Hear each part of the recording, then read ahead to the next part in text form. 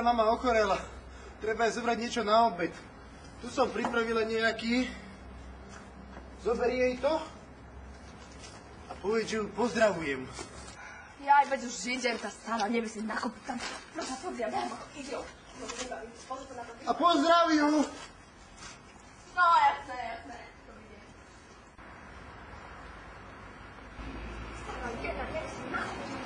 Vôbec, to musím nosiť, ako prídem. Už ma tu nebaj, máš to čakám. Kam ideš? Za starou mamou. A na čo? Ktorá je chúdera. Nesiem jej obed. Hej, kde býva? V domčeku, pod vodopádom. Tak jej natrhaj aj nejaké kvety. A prečo by nie?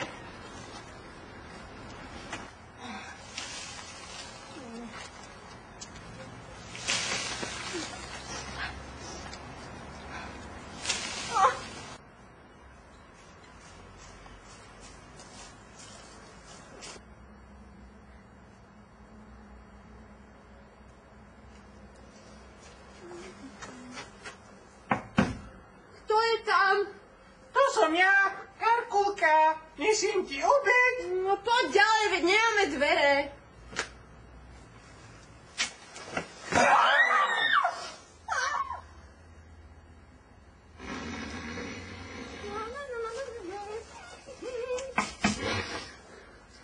Kto je? To som ja, Karkulka, nesiem ti obed. Však podnúťa, nemáme dvere. Tu som ti doniesla kvietky. Babi, a prečo máš také veľké oči? Tak by som ťa lepšie videla. Aha. A prečo máš také chlpaté ruky? Aby mi nebolo zima, ne? A prečo máš také veľké uši? Aby som ťa lepšie počula. A prečo máš také veľké zuby? Aby som ťa mohla lepšie zjesť. Čo? Som sa pohľad tak hodil, čo som sa Duka to nazbíja, kto to vie, nech povie. Na, a idem ich pozrieť. Kto je tam zase? Tu horár Drievko. Však poďte ďalej, ne, však nemáme dvere. Aj. Stará mama? Áno, Stará mama?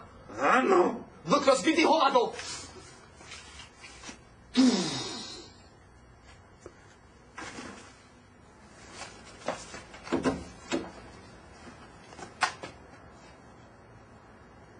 Tam je život. Červená čiapočka. Mám tam ešte babku. Uvidíme, čo sa dá robiť. Babka. A kde je moja žlúčka? A žili šťastne, až kým neumreli.